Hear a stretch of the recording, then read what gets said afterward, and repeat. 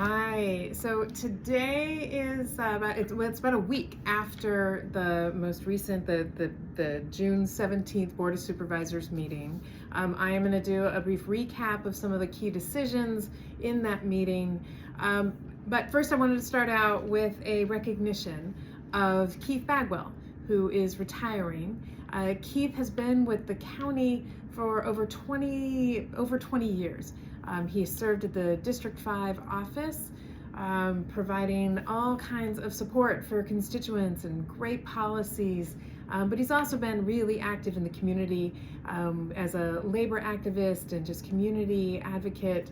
And so anyway, we are sad to see Keith go from here, here at the county, but I'm sure that he will go on to spend more time doing tremendous advocacy that's much needed across our community. So thank you, Keith, for all that you have done. So for the board, other pieces of the board meeting, I mean, it was quite the board meeting. I think as everybody has heard, we voted to approve a data center here in Tucson. I was one of two votes. It was a 3-2 vote. I was one of the two that opposed it. And continue to oppose it, and continue to call on people to fight it every step of the way. The data center, this is why I did not support it. We still don't even know what we're getting.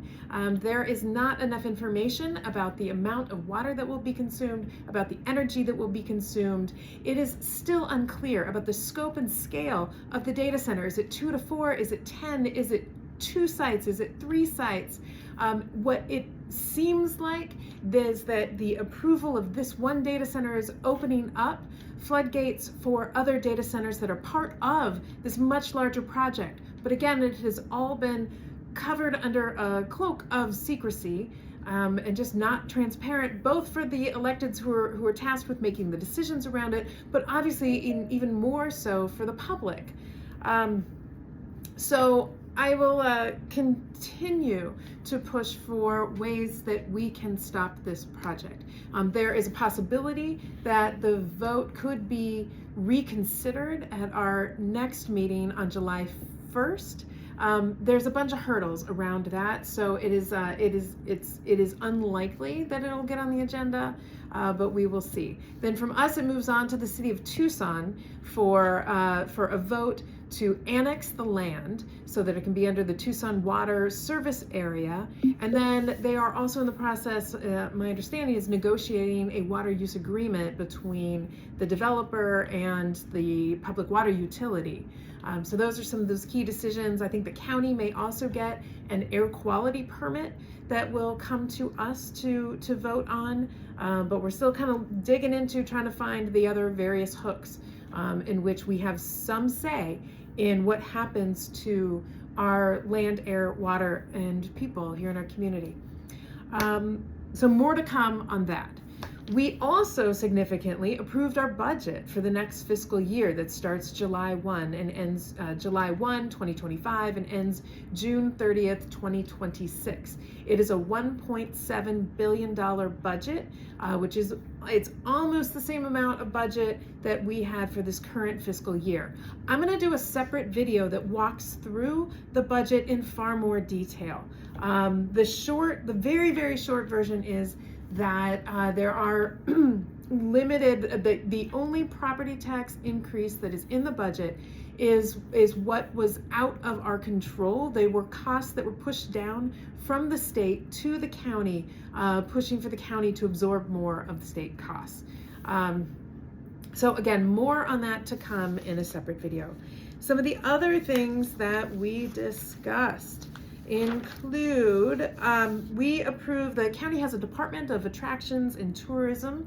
We fund what are called sort of outside agencies, which is other groups that are organizing events that both serve our community, but also serve to bring in tourists and sort of bring people together. So we approved Attractions and Tourism's funding. It's about $427,000 worth of funding that goes to various events that will happen in the coming fiscal year.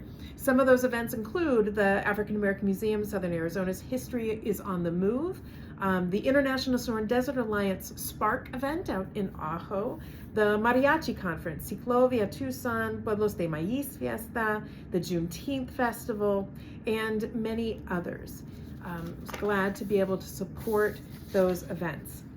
We also had on the agenda again a rework of how it is that the county and the other municipalities who have pooled our opioid settlement funding together, how we're going to spend that funding.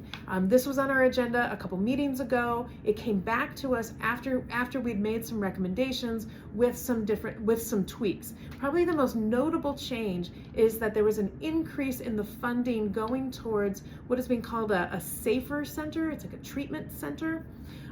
This was kind of the recommendation both from the Board of Supervisors as well as the City of Tucson, and really trying to up our investment in treatment. But we are also still continuing to support youth education prevention work, peer support, wraparound services, transitional services to folks who are seeking treatment around opioid use and addiction.